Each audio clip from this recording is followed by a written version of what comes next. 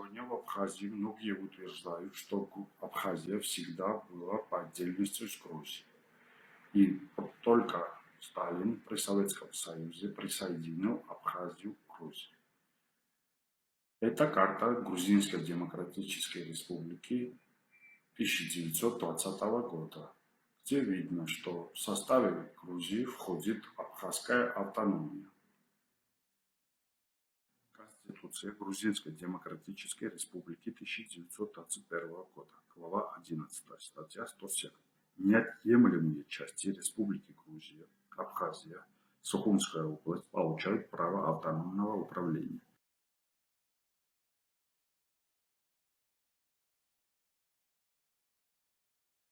Это уже мирный договор между Россией и Грузией. Статья 3. Государственная граница между Россией и Грузией проходит от Черного моря по реке Псол до горы Ахахча, и потом продлевается текст.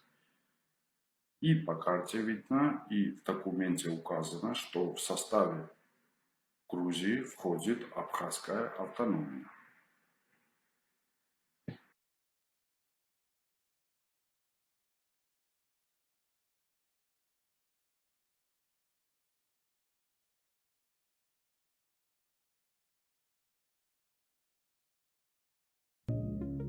В период Советского Союза Абхазия являлась автономной республикой в составе Грузии.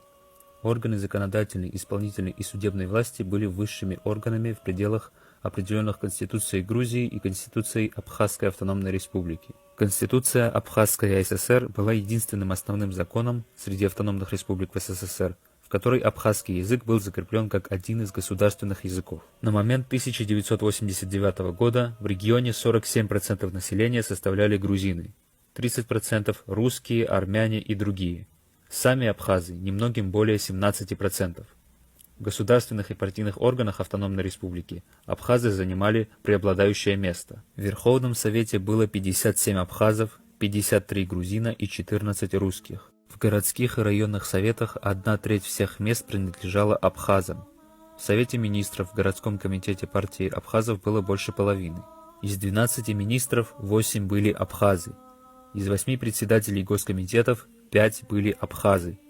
Из 8 городских и районных прокуратур 5 возглавлялись абхазами. Более того, в 1991 году абхазы смогли добиться принятия закона, дающего в 65-местном парламенте абхазам 28 мест, грузинам 26 мест, остальным 11 мест. К концу 1970-х годов в Абхазии функционировало 25 абхазских школ, не считая многочисленных смешанных, например, русско-грузино-абхазских школ. Государство субсидировало абхазское национальное телевидение, театр, народный ансамбль песни и танца. В 70 всех постов занимали абхазцы. Достаточно сказать, что из 12 министров 8 было абхазцев. Из 6 заместителей председателя Совета министров 4 было абхазца. Руководящие должности и директора завода, фабрик, других организаций тоже в основном были у абхазцев. У нас был свой абхазский университет. У нас было свое телевидение. Свои, значит, союзы художников, союз писателей и так далее, и так далее. Свой театр, своя газета, школы. В общем, наше это было. Поэтому говорить, значит, о каком-то там ущемлении, конечно, не приходится. Территориальная целостность Грузии была гарантирована Организацией Объединенных Наций, принявшей Грузию в ряды своих членов 31 июля 1992 года. Но это мало смущало сепаратистов, уже давно ждавших удобного момента для осуществления своих агрессивных планов.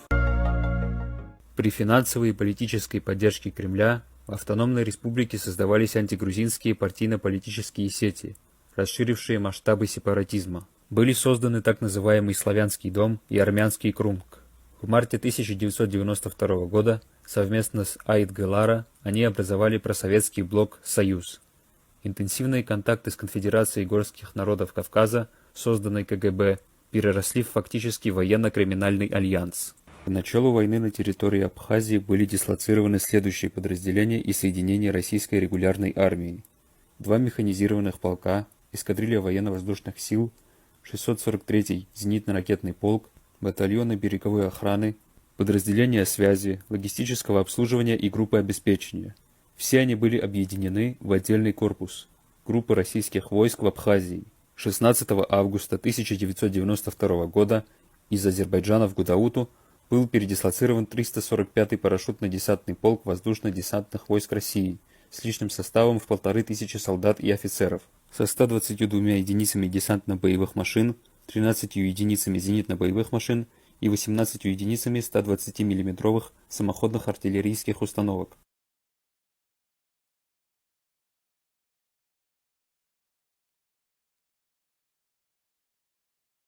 Национально-освободительная война.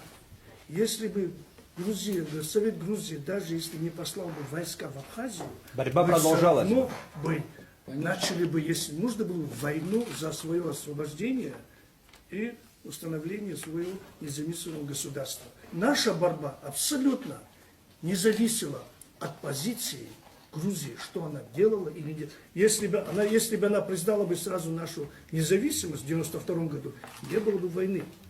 До войны в лесу собирались, когда создавали отряд сопротивления для будущей войны, готовились к будущей войну.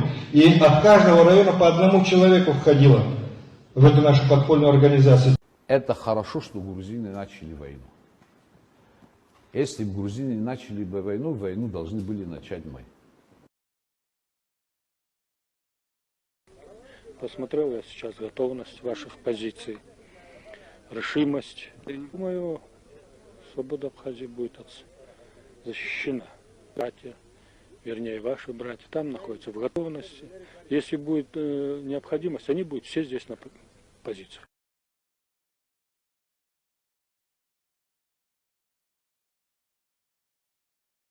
В 1991 году в марте месяце по поручению Народного форума Абхазии я должен был выехать в Питер. Мышний уже в тот момент занимался скупкой оружия. И по Ленинграду тогда, он назывался Ленинград, по разным заброшенным местам делал схроны. Когда мы приехали туда, он эти схроны начал собирать в одно место, чтобы перекинуть это оружие в Абхазию. Мы должны были его перевезти. А у нас коробка из-под холодильника Норд, огромный холодильник большой, полностью забита оружием. И мы без происшествий доставили, в принципе, оружие в Абхазию. А во время войны возможно ли было вообще избежать этот конфликт грузино-абхазский или нет никак? И избежать можно было бы, если бы мы отказались от своей идеи. ГРУ – это главное разведывательное управление России. По всей стране генералы собирали солдат удачи, чтобы, раздув и поддержав идею сепаратизма в Абхазии, изгнать с этой земли грузинов. Где-то в этом чеченском круге и будущий террорист Шамиль Басаев. Он готовится. Ну, вообще, кто знает историю Басаева, он профессиональный террорист. Кстати, у него был так называемый батальон Абхазия, который в 1992 году кровище напускал во время войны с Грузией. И Ардзима покойный вручил ему золотую звезду Героя Абхазии. Ну, кое-кто, видимо, из наших товарищей с ним работал тогда. Но не ФСБ и не ФСК. А из наших товарищей в какой момент кто-то с ним работал? 92 год, Грузия. Казаки. Их тут тоже хватало.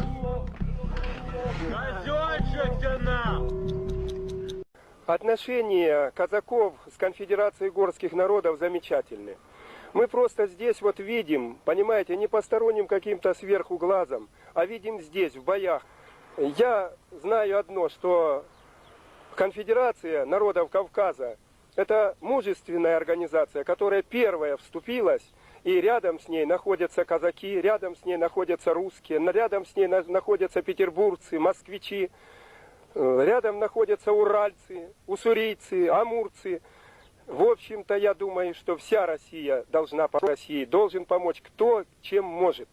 В связи с тем, что исчерпаны все меры для мирного решения вопросов по выводу оккупационных сил Грузии с территории Абхазии, указываем всем штабам конфедерации обеспечить переброску добровольцев на территорию Абхазии для вооруженного отпора агрессору. Объявить всех лиц грузинской национальности на территории конфедерации заложниками. при этом использовать все методы, включая террористические акты. Мы подписали как две главы государства России и Грузии Златобойсович. Но дальше подписались сегодня все военные противостояния прекратить, перестрелку всю прекратить.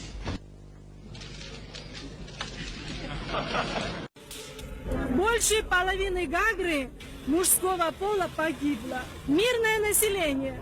Вот именно мирное население. Другое дело, если воин с воином воюет. Но когда ты идешь в дом и ищешь человека грузинской национальности для того, чтобы его убить, это же ужас. 11 человек моих соседей убили, которые просто услышали выстрелы, они вышли, чтобы, посмотреть, что случилось. Их там же убили. Убили, нет, голову отрубили, отрезали, так похоронили. Мы русским помогают, технике и во всем. Можете выйти на море, посмотреть, там военный катер стоит, контролирует нас.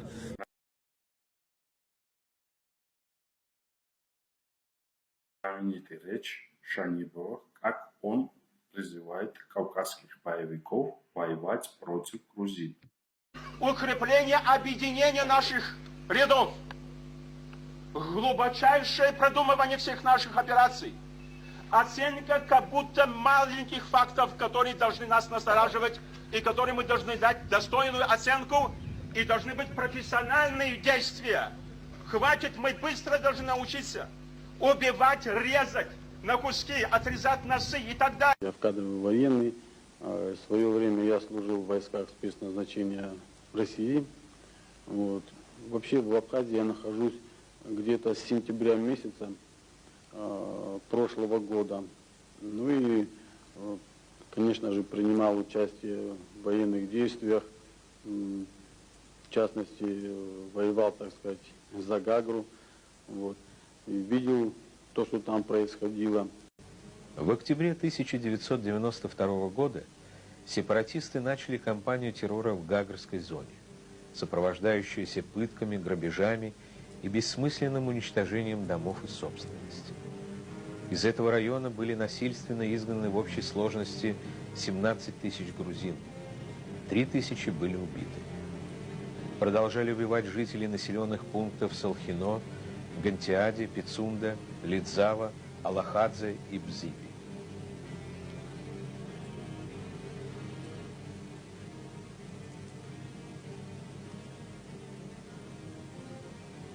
Русские солдаты воюют сегодня в Абхазии? Я могу совершенно определенно заявить, что ни один, я подчеркиваю, ни один русский солдат за все это время войны никакого участия в конфликте не принимал. И запомните, ни шагу назад! Какой назад, нахуй? Кого там увижу, вот с этой штуки лично расстреляю. Давайте уже. Хватит! Хватит! Давайте, Я говорю, запомните последний раз, ни шагу назад. Идти нам назад некуда, только вперед. Сейчас. 30 казаков держало 2 дня дорогу, блядь. Вы такой толпой удержать не можете. Нас осталось, ребята, 30 человек. Мы теперь нас просто всего так 30, нас взвод остался, блядь. Сдохнем мы, сдохнем. У нас потери, блядь, за неделю. Уже охуенные. Мы половину по своих потеряли. Сдохнем мы, что дальше будет? Все наши дети умерли до боя сдали. У нас уже 4 убитых в эту землю здесь зарыты. 4. Это кто пользуется? Двое из них погибли, вон там он. На питомнике под снарядами, блядь. Но техника не прошла, мы потеряли, говорю, 10 человек ранеными и двое убитых. Техника ни один не прошел, блядь, ни один солдат не прошел. Они, наоборот, чухнули. Они на километр ушли. На километр ушли, чтобы мы их не доставали. Счет Нурса кто знает? Каких потерь были за всю войну? Вот я Приднестровье тут воевал. Я сюда приехал. Но сейчас я смотрю, это же бардак. Это бардак. Этого и этого. Когда они вместе. Извините меня, но это стадо баранов. Паника, ужас. А из-за чего паника? Пехоты-то и не было. Была пехота, это было бы страшно.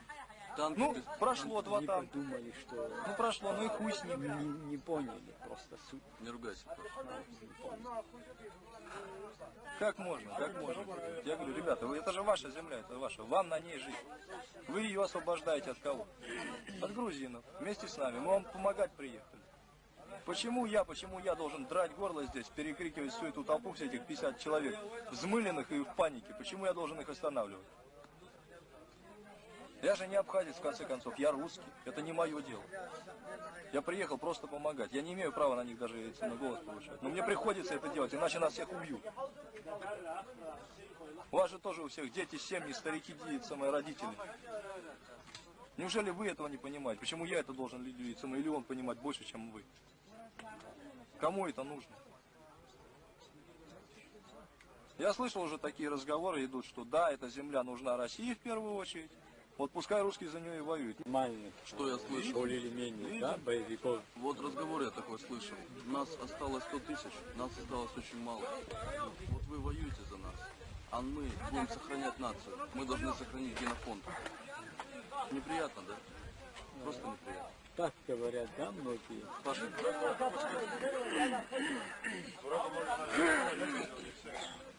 Я говорю, ребята, ну прорвались они, ну ничего страшного. Сейчас мы их сожжем или отгоним обратно, а лучше сожжем. Тем более, школа наша. Школа наша, сопка там наша. Что за паника? Откуда? Почему? Как звать? Понял. Я просто Кузя. Вот наши казаки пришли. Сколько дней вы здесь, что вы здесь именно в Восточном фронте? Со 2 числа. 2 числа мы сразу с базы. Ребята, не один момент надо учитывать. Вы еще... А? Дайте сяду.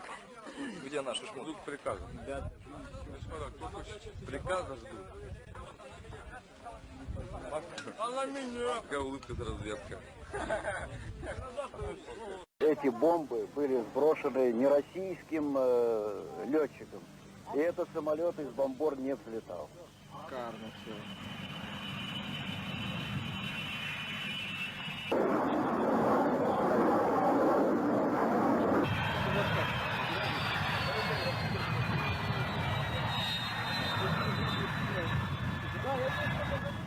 Случаем хочу передать привет моей мамочке в город Новосибирск. Где, Зурик? Вон, товарищ.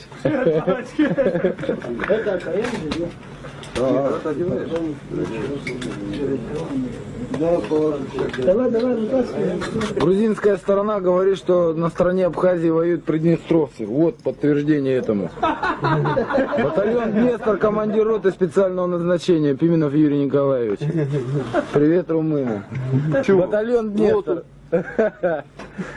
Старший лейтенант Данилин. Лицо позлее сделаем. Зачем? Хорошая штука. Вот еще один приднестровец. Вот как наемники воюют? Нет, значит, нам сказали, что это красиво называется по велению сердца. Вчера у нас как раз закончился срок нашей командировки. Значит, мы теперь едем к себе. Значит, отчет о командировке я своему начальству предоставлю. Все. Значит, ну и оставили... Новосибирск, Москва. Да, Москва. Сами с Приднестровска. Да. Для меня это 3-я война. 1-я Афганистан, 2-я Приднестровье и вот здесь 3-я. На счету этой группы приднестровских российских диверсантов много черных дел в Абхазии. Но самое бесчеловечное – это обстрел и подбитие гражданского самолета Ту-134.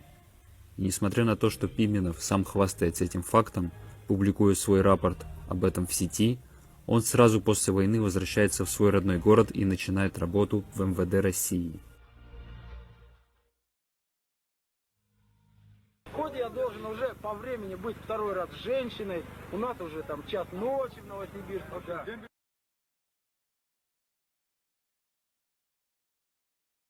И уже начали думать, как быстрее сухом.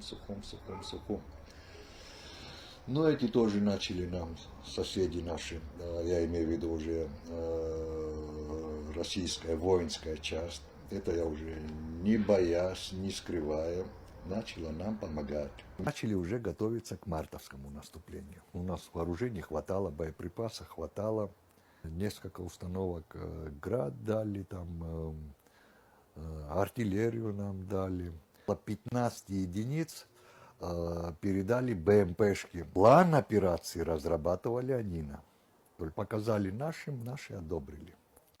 Значит, они нам как преподнесли, разложили по всему периметру линии фронта, разложили 500-ки бомбы. Но до этого наши ребята вели подготовительные работы, расположились по пойму реки Бзи, по пойму Белой речки. Готовили ребята, ВДВшники отсюда, тоже ихние. Артподготовку они провели. Долго у нас споры шли. В наступлении идти. Сергей не хочет бар. Эти настаивают, и все, мол, такой второй возможности у вас не будет. Или сегодня, или, значит, никогда вы здесь застрянете, мол. Согласились на это. Согласились, да, и под утро пошли в наступление. И произошло то, что произошло. Артиллерийский огонь обеспечивала Псковская дивизия. Какая артиллерийская дивизия? Или ДШБ? Воздушно-десантная, как я понимаю. А у них, как сказать, самоходные орудия, вот эти легкие самоходные орудия, которые на парашютах бросают. Эти самоходные орудия и вели огонь по Сухуму. Они должны были бросить 49, то ли 47 500-килограммовых бомб на позиции грузинских войск с часовыми механизмами, которые были заведены все строго на одно время, время начала штурма. Гудовудский ДШБ, я не знаю, 1-й, 2-й, 3-й или там батальон, не знаю. Этот батальон с самого начала боевых действий на Гумисте занял сейсмическую лабораторию в Нижней Эшере и оттуда из своей техники вел огонь по Сухумскому берегу Гумисты. Видите, как жгут дома. Всех выгнали. Вот голая я выскочила, и дети мои голые. Они ж бьют наши, это Россия бьет нас. Я куда ты стрелял? Ну туда. Белый свет нет. По грузинской стороне. Скажите, пожалуйста, в этой войне Россия вам помогает? Здорово? Я как-то отвечал на этот вопрос, когда у меня был представитель Организации Объединенных Наций. И когда он меня спрашивал, я сказал, что действительно Россия здорово помогает. Но потому что Россия передает оружие грузинам, мы у грузин отнимаем. Оно становится нашим. Вот самолеты вы тоже угнали у грузин? Выкрашенный цвет вооруженных сил России имеет звезду, аналогичную нашим самолетам, и производят как демонстрационные полеты, так и непосредственно участвуют в бомбардировке.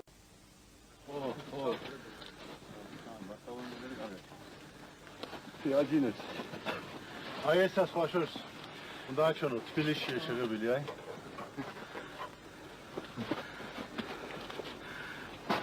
Аграчев. Тбилиси нарисован. Очень если будете в виде подарка. В Российской Федерации вышел в продаже книга знаменитого русского летчика Александра Кошкина «Штурмовик», глава 3, «Имитатор». Как и предполагалось, полеты в Армению оказались разминкой перед большой операцией. Уже на следующие сутки, после возвращения из Ленинакана, меня вызвал к себе генерал Михайлов. Майор Кошкин, готов людей и технику, через 3 дня вылетаешь со своей эскадрильи. Вас понял, товарищ генерал. Куда именно летишь, скажу перед вылетом. А пока готовь карты Грузии. Грузии? Скажу точнее Абхазии. Все ясно? Так точно. В Абхазии я чуть больше 40 боевых вылетов сделал. И это за 10 месяцев. В книге есть очень интересный диалог майора Саня Кошкина и полковника ВВС России. Саня, ты зачем на линию фронта ходишь? Это же очень опасно. У меня глаза на лоб лезут. А как же иначе цели поражать, товарищ полковник? Да очень просто, майор. Все у нас точно рассчитано. Ракета С-8 сама летит 5 километров.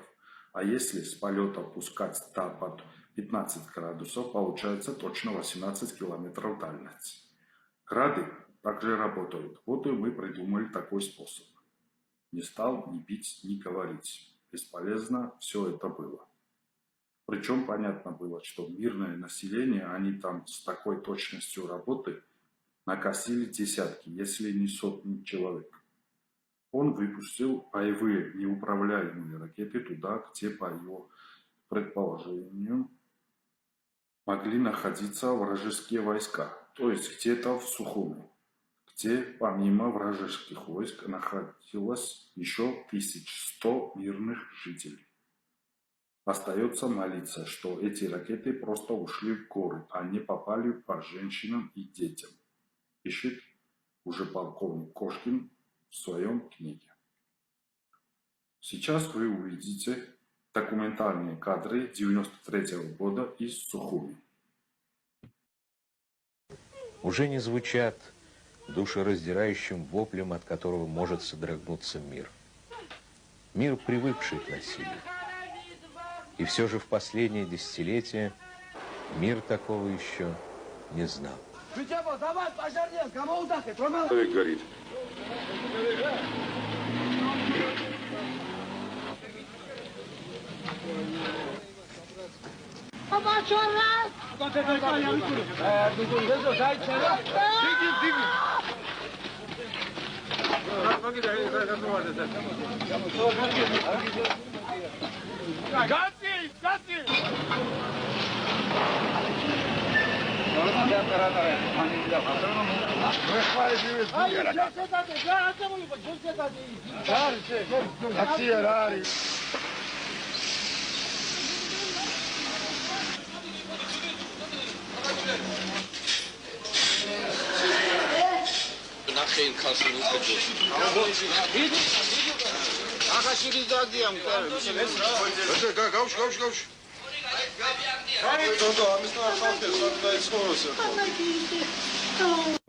Что можно говорить об этом варварстве?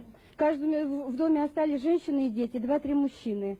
И все время, каждую минуту дома наши разбивали и жгли.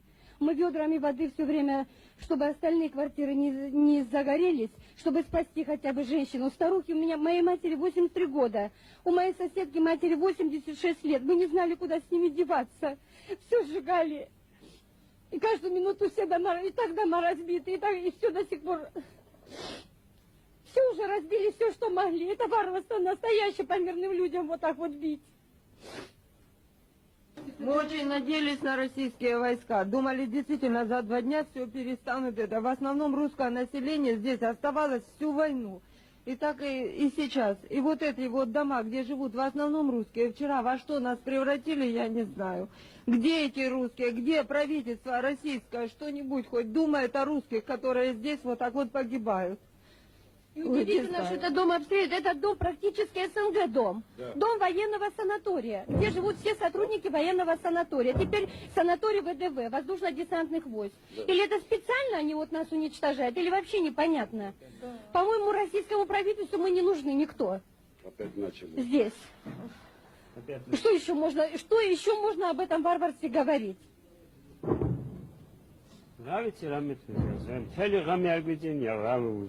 იმასიღე დაწამატიაში მთელი მეცხრე სართულიდან მე-16-დან და ყველა სახლები დაიწვა.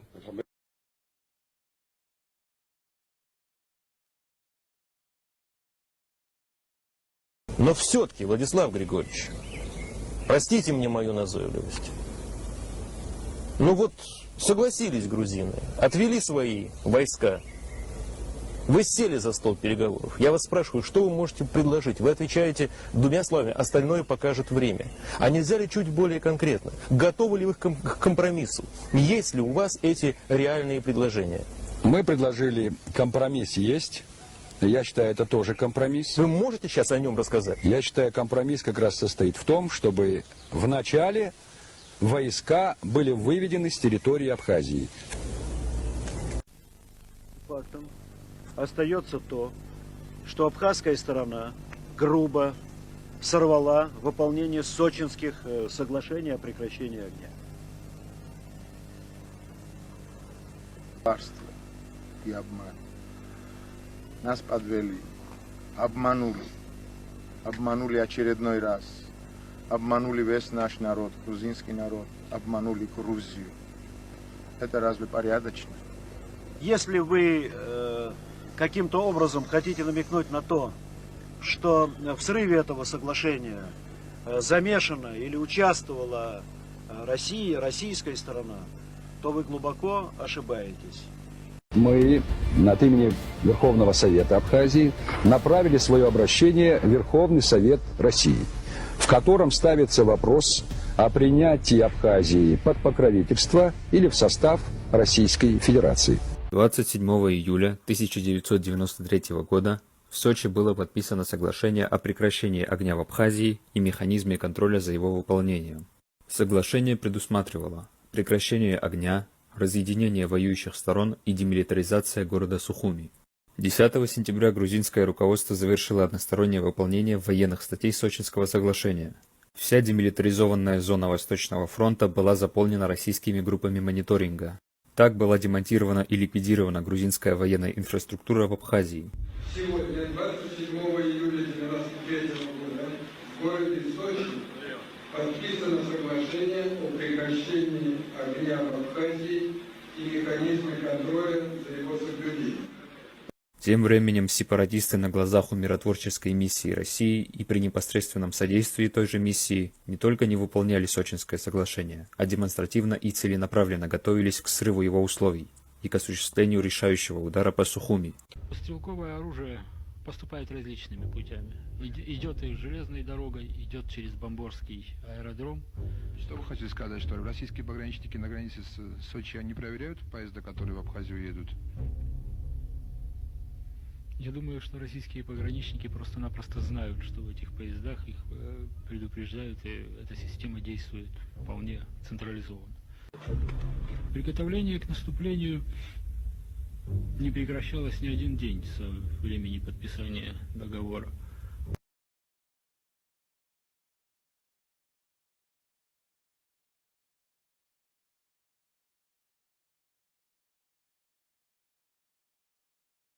Но инициатива была грузинской стороны о перемирии, остановить. Естественно, мы это позволить не могли. В одностороннем порядке мы все эти договоренности прервали и начали наступление на город. И буквально с этих для нас очень удобных и выгодных позиций наносили удары артиллерии, удары авиации, удары бронетехникой. И поэтапно, челночным способом, батальон за батальоном, меняя рубежи и, скажем так, выдавливали противника. Грузинам здесь уже не жить. В Абхазии они могут только умирать. Владимир Смыр, газета «Гагра». Из газеты «Комсомольская правда», 19 декабря 1992 год. Я лично знаю, что совсем недавно в поселке Леселидзе была убита женщина, пожилая, 65 лет, грузинка. Убили мужчину, который напился пьяный и кричал «Сакартвело», пел грузинские песни.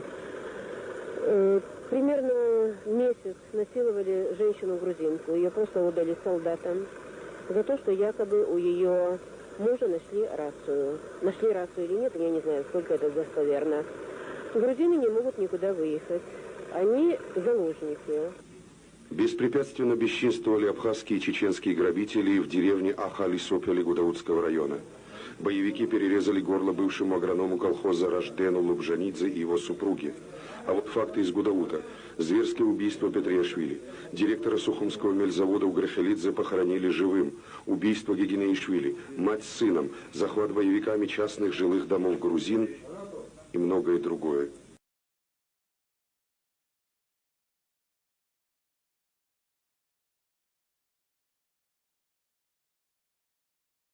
Скучно, шакалов стрелять надо каждый день и ночь. Убивать не жалко? Нет. Людей жалко, но их не жалко. Их это кого? Грузинам.